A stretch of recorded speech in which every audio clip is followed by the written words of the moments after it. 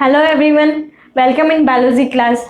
जैसा कि हम लोग एक चैप्टर है वो कंप्लीट कर चुके जिसका नाम था इंटेगुमेंट्री सिस्टम। तो इंटेगुमेंट्री सिस्टम यदि किसी ने नहीं पढ़ना स्टार्ट किया है अभी तक तो वो आप मेरे चैनल की प्लेलिस्ट में जाके देख सकते हैं। और इंटेगुमेंट्री सिस्टम के जो भी इंपॉर्टेंट क्वेश्चंस थे वो भी मैंने आपको टेलीग्राम पे प्रोवाइड करवा दिए हैं, तो आप वहाँ जाके देख लीजिएगा और उन क्वेश्चंस को सॉल्व करने की कोशिश कीजिएगा। जो डाउट हो आप मेरे से नो डाउट पूछ सकते हैं। और हम बात जैसे नॉर्मली मैं बोलूँ कि आज हमारे बायोलॉजी क्लास का सेकंड चैप्टर स्टार्ट हो जाएगा, तो मैं कहानी सुनाना चाहूँगी आपको, जिससे जिन बच्चों ने नहीं पढ़ना स्टार्ट किया है वो पढ़ना स्टार्ट कर दें। मैं बात करूँ जनरली कि सब लोगों ने अंडा देखा हुआ है सबने अंडा, ठीक है। अब उस अंडे को मैं एक तो बाहर से तोड़ रही हूँ और एक अंडा खुद अपने आप टूटता है। तो सबको ध्यान में क्या होता है, ठीक है, कि अंडा यदि बाहर से टूटेगा तो उसका ऑमलेट बनेगा, और अंडा यदि अंदर से टूट रहा है, ठीक है, सेल्फ ब्रेक हो रहा है, तो उससे क्या बनेगा, ऑमलेट उससे एक नया चूजा या नई लाइफ है उसका ओरिजिन होगा, ठीक है। तो वही बात यदि हम हमारे पे लेते हैं, ठीक है, कि हम आपको बार बार है कि मोटिवेट करने की कोशिश करें। हम लोग क्या कर रहे हैं, आपको बाहर से मोटिवेट कर रहे हैं। अब बाहर से मोटिवेट करने से वो अंडे वाला एग्जांपल ध्यान में है कि आप क्या बन जाएंगे, ऑमलेट बन जाएंगे। ऑमलेट बनते ही आपकी लाइफ क्या है, खत्म। और यदि मैं बोलूँ कि आप यदि अंदर से अपने सेल्फ मोटिवेटेड हैं, तो सेल्फ मोटिवेटेड होने से क्या होगा कि आपको एक नई लाइफ मिलेगी, ठीक है। तो मेरे को और ज्ञान देने की ज़रूरत नहीं है कि मैं आपको ये बोलूँ कि आप पढ़ाई स्टार्ट कर दो, अच्छी स्कोरिंग करनी है। ये ज्ञान मैं मेरे पहले वीडियो में खूब सारा देख चुकी, ठीक है। ज़्यादा मेरे को ज्ञान देना आता नहीं है, मैं इसे फ्रेंडली रहती हूँ बच्चों के साथ। तो मैं यहाँ पे आपको जो आज सेकेंड चैप्टर स्टार्ट करने जा रही हूँ वो है रेस्पिरेटरी सिस्टम। अब रेस्पिरेटरी सिस्टम आप 6-7 क्लास में भी और 10th क्लास में भी हल्का फुल्का आप पढ़ के आते हो, ठीक है। उसी का हल्का सा डीपली होता है 12th क्लास में, ठीक है। अब जो रेस्पिरेटरी सिस्टम है उसको हिंदी में बोला जाता है श्वसन तंत्र। तो श्वसन तंत्र की हम डेफिनेशन की बात करें तो श्वसन तंत्र की जो डेफिनेशन है, परिभाषा है उसकी, तो परिभाषा ये होती है कि वो परिभाषा नहीं है कि हाँ O2 को लिया और CO2 को छोड़ दिया, that means this is respiration. No, means ये होगा कि हम जो भी कार्बनिक पदार्थ ले रहे हैं, जो भी ऑर्गेनिक मैटर हम लोग डाइजेशन के थ्रू हमारी बॉडी में ले रहे हैं, उसका ऑक्सीडेशन, उसका ऑक्सीकरण है, वो क्या, उससे क्या होते हैं, एनर्जी रिलीज होती है। उस एनर्जी रिलीज होने को ही क्या बोलते हैं हम लोग, रेस्पिरेशन बोलते हैं। जैसा कि मैंने रेस्पिरेटरी सिस्टम है उसके बारे में यहाँ ऊपर लिख रखा है, तो यहाँ पे ऊपर रेस्पिरेशन को हिंदी में बोलते हैं श्वसन। एंड देन जो यहाँ पे रेस्पिरेशन के पास में ही मैंने आगे एरो करके लिख रखा है breathing plus oxidation of food in the cell, ठीक है। अब जो यहाँ पे हम फूड है वो किसके थ्रू ले रहे हैं, फूड किसके थ्रू ले रहे हैं, डाइजेशन सिस्टम के थ्रू। एंड देन यहाँ पे ऑक्सीडेशन क्या होता है, ऑक्सीकरण, ठीक है। O2 के थ्रू उसको क्या करना, ब्रेक डाउन करना। यहाँ पे ये लिख रखा है मैंने ब्रीथिंग। तो ब्रीथिंग क्या होता है, सांस लेना, ठीक है। तो नॉर्मली ब्रीथिंग और श्वसन है, ब्रीथिंग और रेस्पिरेशन है वो क्या है, दोनों अलग अलग टर्म्स हैं, तो इन दोनों को आप सेम करने की गलती मत क्या करो। तो यहाँ पे जो ब्रीथिंग होता है वो होता है सांस लेना, और ये क्या है, श्वसन, ठीक है। अब यहाँ पे जो सांस लेना वाले प्रोसेस है जिसमें हम O2 नाक के थ्रू अंदर ले रहे हैं और CO2 नाक के थ्रू हम वापस बाहर छोड़ रहे हैं, तो ये वाली एक प्रोसेस क्या हो गई, फिजिकल प्रोसेस हो गई। ये क्या है, physical process, clear. And then यहाँ पे मैंने जो oxidation of food in the cell लिख रखा है, तो ये क्या हो गया, सेलुलर रेस्पिरेशन।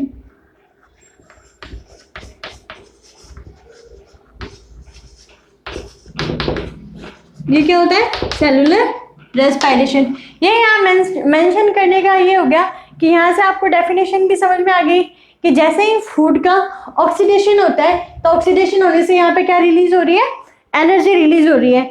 एनर्जी किस फॉर्म में होती है, ATP की फॉर्म में रिलीज होती है।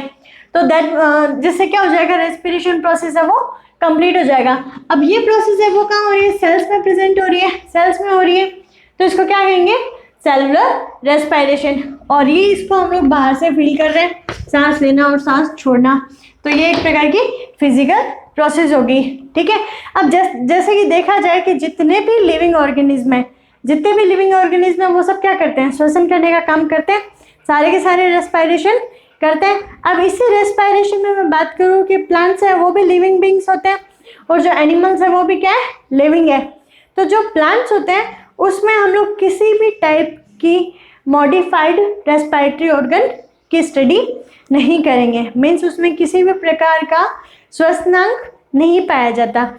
जो नॉर्मली लीफ वगैरह में स्टोमेटा पाया जाता है उसी से क्या हो जाता है, गैसेस का एक्सचेंज हो जाता है, जो हमारे यहाँ पे ब्रीथिंग बोलते हैं ना जिसको, तो वो क्या हो जाएगा, लीफ के स्टोमेटास से ही एक्सचेंज होने का काम हो जाएगा।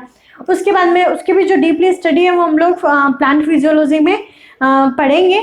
तो यहाँ हम लोग यदि बात करें कि रेस्पिरेटरी सिस्टम में, तो सारे जीवों में है वो अलग अलग टाइप का पाया जाता है, और अलग अलग टाइप के इसमें ऑर्गेनल्स है, जो मैं अभी नेक्स्ट स्लाइड में आपको स्टडी है वो करवा दूंगी। अब यहाँ पे आपको जो लिखा हुआ दिखाई दे रहा है कि यहाँ मैंने एक तो एक्सटर्नल लिखा है और एक इंटरनल लिखा है, ठीक है। ये लिखने का मीन्स ये हो गया कि आपके रेस्पिरेटरी सिस्टम के टाइप्स दे रखे हैं। तो types of respiratory system 2 types हो गया, एक तो एक्सटर्नल और एक इंटरनल।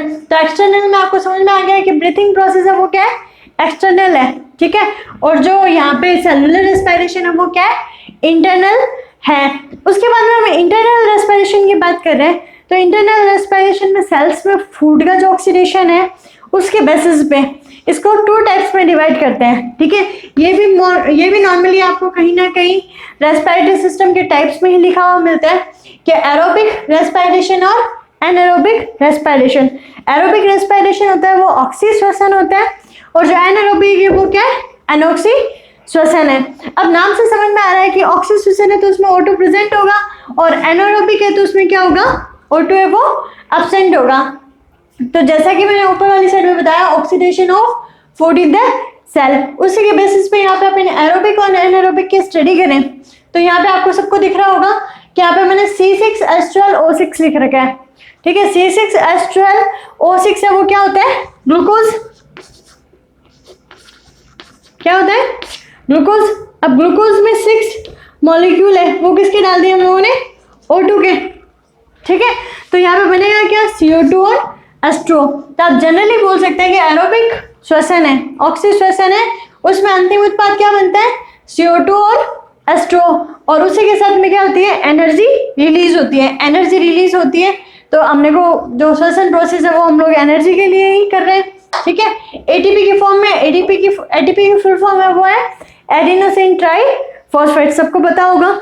उसके बाद में हम बात करें यहाँ पे एनारोबिक रेस्पिरेशन की, तो एनारोबिक रेस्पिरेशन में किसी टाइप की O2 नहीं पाई जा रही, विदाउट O2 है। तो यहाँ पे क्या है, फूड तो है, ग्लूकोज तो है। अब ये ग्लूकोज यदि डायरेक्टली लैक्टिक एसिड में कन्वर्ट हो जाए और या फिर एथिल अल्कोहल में कन्वर्ट हो जाए तो उसको क्या कहेंगे हम लोग, एरोबिक रेस्पिरेशन। आपको दिख रहा है कि यहाँ पे C6H12O6 है वो डायरेक्ट किस में कन्वर्ट हो गया, लैक्टिक एसिड में, और थोड़ी बहुत यहाँ से एनर्जी भी रिलीज होगी। यहाँ पे एनर्जी ज़्यादा रिलीज होती है और यहाँ पे एनर्जी है वो कम मात्रा में रिलीज होती है, ठीक है।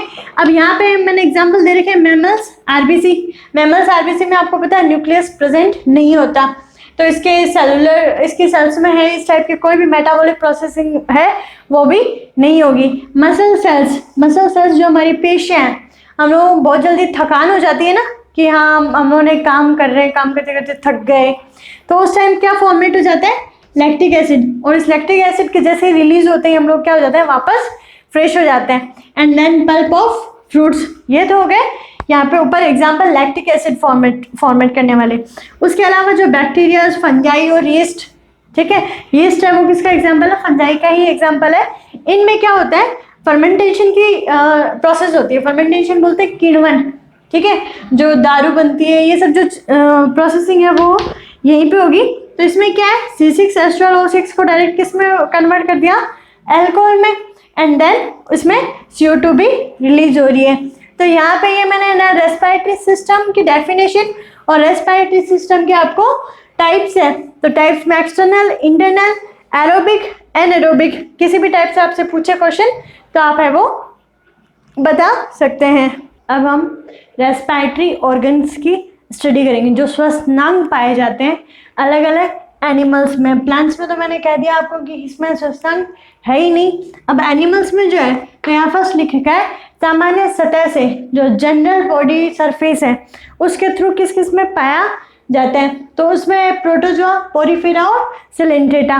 तो इसके जितने भी इन फाइलम्स के जितने भी एनिमल्स होंगे उसमें किस टाइप का पाया जाएगा, जनरल बॉडी सरफेस के थ्रू। उसके बाद में दे रखा है मॉइस्ट स्किन एंड क्यूटिकल जो नम सतह होती है, ठीक है। तो नम सतह में एनिलिडा और फ्रॉग है, ठीक है। उसके बाद में गिल्स के थ्रू जो गल फड़े बोले जाते हैं हिंदी में, तो गिल्स के थ्रू है मोलस्का, फिशेस और tadpole of frog. And then trachea के थ्रू, तो ट्रेकिया में ऑर्थोपोडा में पाए जाते हैं। ऑर्थोपोडा में भी जितने कीट है, जितने भी इंसेक्ट्स होंगे उनमें सब में इसी टाइप का ट्रेकिया के थ्रू रेस्पिरेशन है वो पाया जाएगा। उसके बाद में बुक लंग्स की बात करें, बुक लंग्स और बुक गिल्स।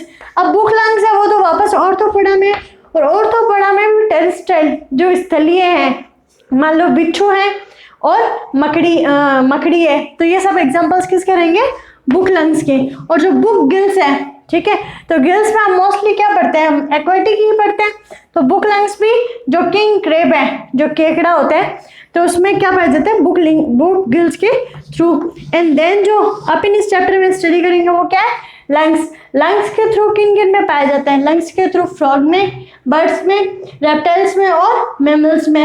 ह्यूमन है वो किस में आएगा, मैमल्स में आएगा। दैट्स वाई हम लोग बोलेंगे कि लंग्स के थ्रू है वो हमारे में रेस्पिरेटरी सिस्टम है वो कंप्लीट होता है। फिर है ना एक्टिनोडर्मेटा, ऐसी ये किसके थ्रू है, किसमें, एनस के थ्रू। अब यहाँ आप यदि कंफ्यूज हो रहे हैं कि फ्रॉग का नाम भाई यहाँ पे भी आ गया, फ्रॉग का नाम यहाँ पे भी आ गया, और फ्रॉग है वो यहाँ पे भी आ गया, ठीक है।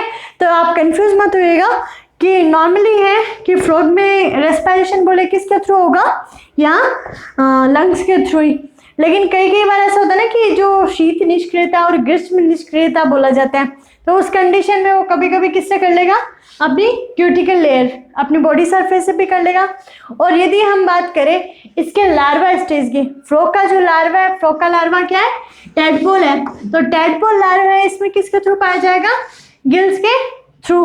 अब मैं आपको एक काम देती हूँ, जो 11th से 12th में आए और जो भी वर्क कर रहे हैं, तो आप मेरे को कमेंट सेक्शन में बताएंगे कि जो protozoa, porifera, coelenterata, annelida, mollusca, इन सब में ऑर्थोपोडा, इन सब के कोई भी दो एग्जांपल्स है जो आपको इजी लगे। इस मीन्स आपका रिवीजन भी हो जाएगा 11th क्लास का। तो आप मेरे को इनके एग्जांपल्स है वो कमेंट सेक्शन में लिख के बताएंगे। आज हम जो स्टडी करेंगे वो ह्यूमन रेस्पिरेटरी सिस्टम की स्टडी करेंगे। तो नेक्स्ट स्लाइड रहेगी वो ह्यूमन रेस्पिरेटरी सिस्टम का डायग्राम रहेगा। ओके, जैसा कि मैंने आपको भी कहा कि हम लोग रेस्पिरेटरी ऑर्गन्स की स्टडी करेंगे। तो रेस्पिरेटरी ऑर्गन्स में मैंने आपको सब अलग अलग एनिमल्स में किस टाइप के रेस्पिरेटरी ऑर्गन्स थे वो मैं आपसे एक्सप्लेन कर चुकी। अब नेक्स्ट मैं यहाँ पे एक्सप्लेन करती हूँ ह्यूमन रेस्पिरेटरी सिस्टम। और ह्यूमन रेस्पिरेटरी सिस्टम है वो क्या होता है, लंग्स होते हैं, जो कहाँ पाए जाते हैं, हमारे थोरेसिक एरिया में, हमारी वक्षीय गुहा में, गले के नीचे की साइड में और डायफ्राम से जस्ट ऊपर की साइड में। तो हम यहाँ बात करें ह्यूमन रेस्पिरेटरी सिस्टम में, तो ह्यूमन रेस्पिरेटरी सिस्टम के दो पाथवे होते हैं। एक तो सिर्फ जो ऑक्सीजन को पहुंचाने का, जो ट्रैक का काम कर रहा है वो, और यहाँ पे जो एल्वेली है जिसको हम लोग लंग्स की फंक्शनल और स्ट्रक्चरल यूनिट बोलते हैं, तो वो क्या करती है, गैसेस का एक्सचेंज करती है। तो इसकी स्टडी हम लोग जब थ्योरी इसकी पढ़ेंगे उस टाइम कर लेंगे। आज मैं आपसे डायग्राम डिस्कस करूंगी। अब डायग्राम, जैसा कि मैंने आपको फर्स्ट वीडियो में भी कहा था कि आप जहाँ तक डायग्राम बहुत सुंदर बनाएंगे तो आपको जो बायो है वो समझने में ईजी हो जाएगी।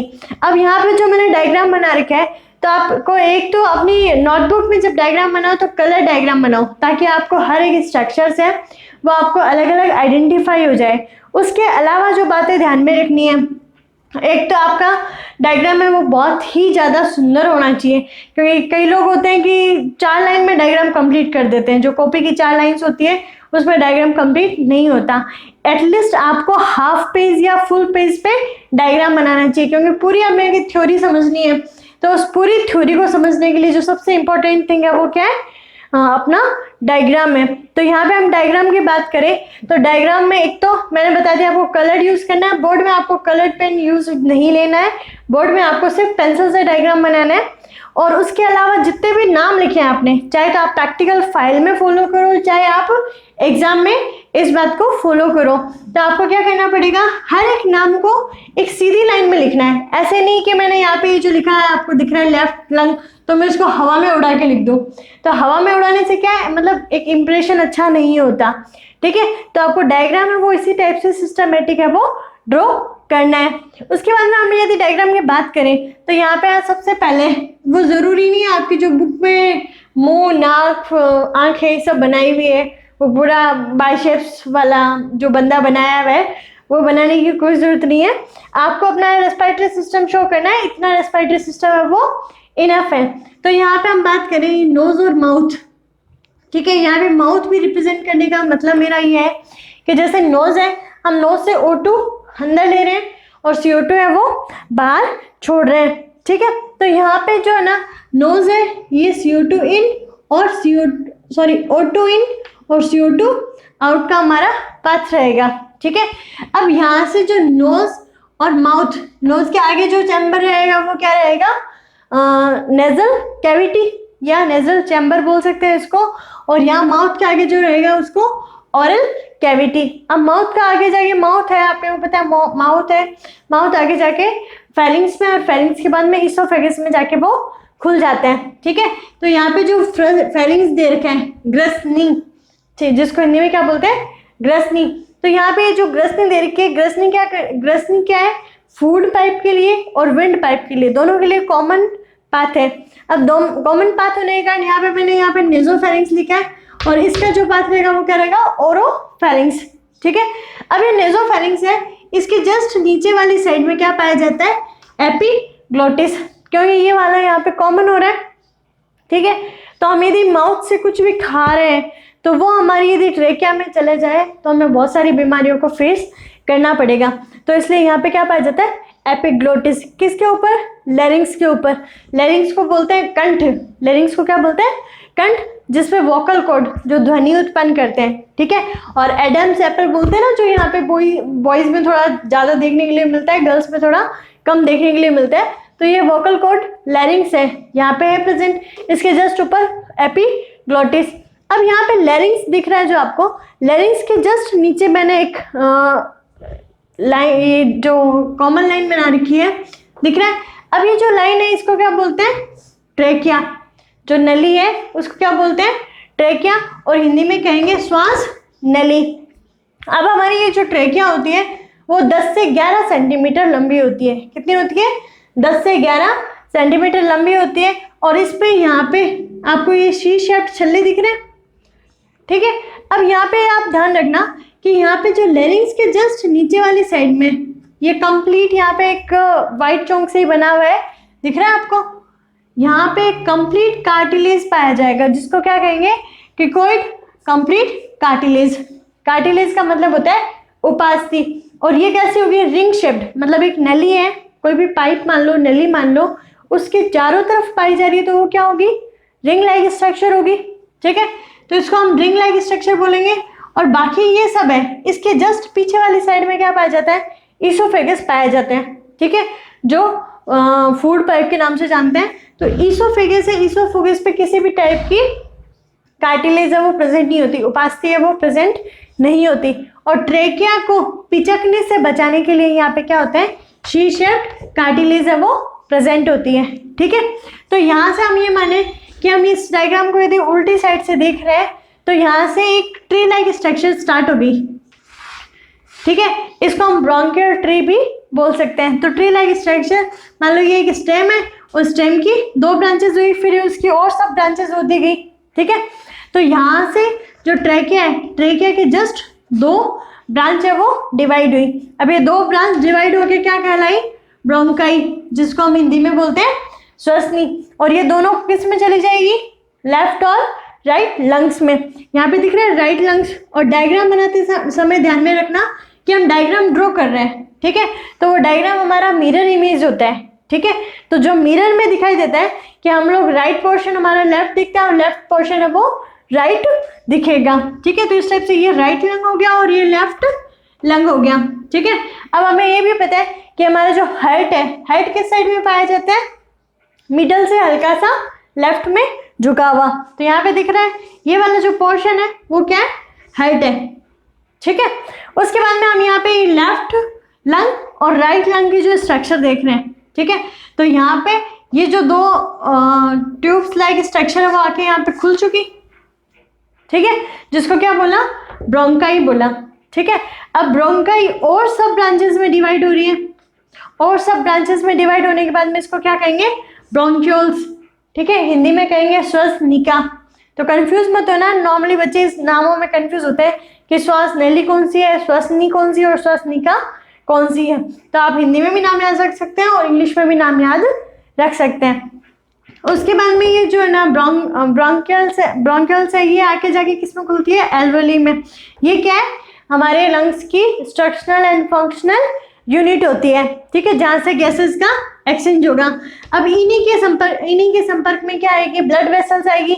और ब्लड वेसल्स में हमें पता है हीमोग्लोबिन होता है, और हीमोग्लोबिन क्या करता है, यहाँ से जो ऑक्सीजन है उसको कैरी करने का काम करेगा, और जो पूरी बॉडी में फॉर्मेट हुई हुई CO2 है उसको वापस लाके छोड़ने का काम करेगा, ठीक है। ओला कार की तरह काम कर रहा है ये, ठीक है।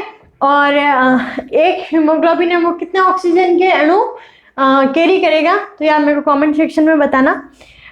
उसके बाद में यहाँ पे हम बात करें कि ये जो लंग्स की स्ट्रक्चर मैंने बना रखी है, तो लंग्स के स्ट्रक्चर में जो राइट लंग है वो लेफ्ट की तुलना में क्या है, थोड़ा बड़ा होता है। थोड़ा बड़ा का दैट मीन्स यहाँ पे जो ये स्पेस था तो वो स्पेस किसने कवर कर लिया, हार्ट ने कवर कर लिया। और जो मैंने यहाँ पे ग्राम में इनका वेट लिख रखा है, तो ये है 625 ग्राम और ये है 575 ग्राम। ये आपको डायग्राम में मेंशन करने की जरूरत नहीं है, मैंने जस्ट ये आपको बताने के लिए मैंने यहाँ पे मेंशन कर दिया है, ठीक है। अब ये यहाँ पे इस पे दो मेम्ब्रेन स्ट्रक्चर्स पाई जाएगी, दो मेम्ब्रेन दिख रही है, दो मेम्ब्रेन है, इनका नाम क्या है, पल्मोनरी मेम्ब्रेन। और यदि आपने फर्स्ट वीडियो देखा था तो फर्स्ट वीडियो में मैंने आपको जब लैटिन और ग्रीक वर्ड डिस्कस किए थे, जो प्रीफिक्स और सफिक्स थे, तो मैंने आपसे कहा था कि जो पल्मो वर्ड है वो किसके लिए यूज होता है, लंग्स के लिए यूज होता है। तो यहाँ पे इसको बोल सकते हैं पल्मोनरी मेम्ब्रेन। और इसके बीच में जो फ्लूइड भरा हुआ है, ठीक है, जो लंग्स को किसी भी टाइप का हार्म पहुंचने से बचाता है, तो वो क्या है, पल्मोनरी फ्लूइड, पल्मोनरी तरल जो इसमें भरा हुआ है, ठीक है। अब इसके बाहर वाली साइड में हम बात करें, इसके बाहर वाली साइड में ये बनी हुई है, गोले गोले बना रखे हैं यहाँ पे, इस साइड भी और इस साइड भी। ये क्या है, रिब केज। केज का मतलब पिंजरा होता है और रिब्स का मतलब होता है पसलियां। तो पसलियां क्या करेगी, ये रिब्स होगी जो रिब केज का फॉर्मेशन है वो कर रही है। अब उसके जस्ट नीचे वाली साइड में यहाँ पे जो सेमी सर्कुलर आपको रिंग दिख रही है, ठीक है, सेमी सर्कुलर है, इसको क्या बोलते हैं हम लोग, डायफ्राम, ठीक है। अब डायफ्राम है वो क्या करेगा, हमें श्वास लेने में हेल्पफुल रहेगा। उसके अलावा ये थोरेसिक एरिया और एब्डोमेन एरियाज को भी क्या करता है, सेपरेट करने का काम करता है। उसके बाद में हम लोग यदि लंग्स की बात करें तो ये लंग्स है वो बड़ा और ये लंग्स क्या है, छोटा है। तो इस लंग्स में 3 लोब्स पाए जाते हैं, इंटीरियर लोब, मिडिल लोब और पोस्टीरियर लोब। और इधर क्या पाया जाता है, इंटीरियर लोब और पोस्टीरियर, 2 ही टाइप के लोब है वो पाए जाते हैं। अब ये रिब्स है, ये रिब्स किस टाइप से, इस टाइप से इसको क्या करेगी, कवर रखने का काम करेगी, ठीक है। अब हम यहाँ बात करें कि जो ये लंग्स है वो भी हमारे बहुत सॉफ्ट ऑर्गन होते हैं, हार्ट है वो सॉफ्ट ऑर्गन होता है। और उसके अलावा हम लोग यहाँ पे थायराइड ग्लैंड भी पढ़ते हैं गले के पास, तो यहाँ पे भी क्या है, ये भी सॉफ्ट ऑर्गन है। तो इन सारे सॉफ्ट ऑर्गन्स को कवर करने के लिए यहाँ पे अपने को गॉड गिफ्ट के रूप में एक पिंजरा मिलता है, उस पिंजरे को क्या बोलते हैं, थोरेसिक चैम्बर बोलते हैं। क्या बोलते हैं, थोरेसिक चैम्बर। तो थोरेसिक चैम्बर है, तो थोरेसिक चैम्बर में यहाँ पे नेक पोर्शन है और क्लेविकल पोर्शन है, ठीक है। यहाँ ऊपर वाला पोर्शन रहेगा वो नेक पोर्शन रहेगा यहाँ, ठीक है। अब यहीं पे क्या पाए जाते हैं, क्लेविकल बोन्स जिसको कॉलर बोन्स भी बोलते हैं, ठीक है। यहाँ पे मैं कुछ बोन्स के नाम लूंगी तो वो आपके स्केलेटन सिस्टम वाले चैप्टर में आपको एक्सप्लेन कर दूंगी। तो जो क्लेविकल पोर्शन है वो क्या करेगा, ऊपर से इसको पिंजरा बनाने का काम करेगा, ठीक है। एंड देन जो लिखा हुआ है डायफ्राम, डायफ्राम नीचे से हेल्पफुल है, ठीक है। उसके बाद में हम बात करें स्टर्नम, तो स्टर्नम है वो आगे की साइड में एक हड्डी पाई जाती है जो ट्रेकिया के आगे की साइड में पाई जाएगी और पीछे की साइड में पाई जाएगी वर्टिबल कॉलम। वर्टिबल कॉलम का मीन्स हुआ कशेरुक दंड। उसके बाद में यहाँ इसको हिंदी में बोलते हैं उरोस्ती, इसको बोलते हैं कशेरुक दंड। और ये इंटरकोस्टल मसल्स, अब पीछे की साइड में रीढ़ की हड्डी से यहाँ से सारी रिब्स आ रही है, इन रिब्स को आगे तरफ जोड़ रहे हैं वो तो स्टर्नम में जोड़ रहे हैं और इनके बीच में जो मसल्स पाई जा रही है उन मसल्स को बोलते हैं इंटरकोस्टल मसल्स, जो इस पूरे के पूरे जो सॉफ्ट ऑर्गन्स हैं उनको क्या बोलते हैं, उनको सेफ रखने के लिए ज़रूरी रहेगी। उसके बाद में मैं बात करूँ कि मैंने डायग्राम का इतना सारा ज्ञान तो आपको दे दिया, अब इस डायग्राम को बनाना बहुत ईजी है तो मैं हल्का सा आपको थोड़ी सी ट्रिक दे देती हूँ तो वो आपको बनाने के लिए हेल्पफुल रहेगी अभी, ठीक है। तो यहाँ पे आपको बनाना कैसे, इस टाइप से आप सबसे पहले क्या कीजिए, माउथ और नोज बना लीजिए, ठीक है। ज़रूरी नहीं है कि जो आपको बुक में दे रखा है वो बाइसेप्स वाला मुंडा बनाना है, वैसा कुछ नहीं बनाना। आप ये वाला ना जो नॉर्मल डायग्राम है उससे रेस्पिरेटरी सिस्टम है वो रिप्रेजेंट कर सकते हैं। उसके बाद में यहाँ पे लैरिंग्स वाला पोर्शन बन गया और लैरिंग्स पोर्शन के जस्ट नीचे वाली साइड में यहाँ से ब्रोंकियल ट्री है वो स्टार्ट कर दीजिए, जो यहाँ पे ट्रेकिया रहेगा। तो यहाँ तक तो कोई दिक्कत नहीं है। इसके बाद में दिक्कत यहाँ आती है कि यहाँ पे मैम ये तो हम लोगों ने डिवाइड कर दिए, ठीक है। अब ये लंग्स हमारे सेम शेप के नहीं बनते, लंग्स छोटे बड़े बन जाते हैं, अजीब लगता है थोड़ा सा डायग्राम। तो यहाँ से तो जो दो हम लोगों ने डिवाइड किए हैं ब्रांचेस, उसके जस्ट बीच में आप मिडिल साइज में क्या कीजिए, नीचे की साइड में ड्रॉ कर लीजिए। और यदि आप नोटबुक में बना रहे तो नॉर्मली आप 5 से 6 लाइन के नीचे आप इसको ड्रॉ कीजिए। उसके बाद में ये मिडल पॉइंट रखते हुए यहाँ पे आप एक सेमी सर्कल ड्रॉ कर लीजिए। कर लिया, सेमी सर्कल ड्रॉ करने के बाद में इस लाइन से इधर वाली साइड पे तो ट्रेकिया थी, अब इससे हल्का सा इस साइड, ठीक है, इस साइड से हो गया। अब डायफ्राम के लेफ्ट वाली साइड में मेरे को यहाँ पे हार्ट बनाना है और हार्ट से यहाँ ये तो पूरी नीचे आ जाएगी, इससे मेरे को क्या करना पड़ेगा, यहाँ से हल्का से इसको घुमाना पड़ेगा लाइन को, ठीक है। ये मैं पल्मोनरी मेम्ब्रेन बना रही हूँ, ठीक है। उसी टाइप से हम इसको लाइन को ऊपर लेके चल जाए, ठीक है। तो जो दोनों साइड में त्रिभुज शेप स्ट्रक्चर होती है, त्रिभुज बनता है, ट्रायंगल बनता है, उस टाइप से आप क्या कर सकते हैं, इसको ले मोड़ के बस दोनों लगभग सेम ही बने, ठीक है। मेरे को थोड़ा यहाँ से कम दिखाई देगा। अब इसी टाइप से इसमें क्या कर लीजिए, आप 2 लाइंस ड्रॉ कर लीजिए। ये क्या होगी, पल्मोनरी मेम्ब्रेन पूरा कंप्लीट कर लेंगे।